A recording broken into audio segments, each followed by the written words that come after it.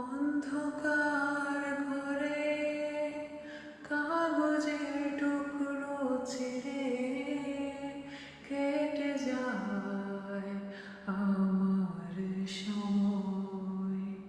তুমি গেছো চলে যাওনি স্মৃতির অতলে, যেমন শুকনো ফুল বইয়ের মাঝে লয়ে যায়।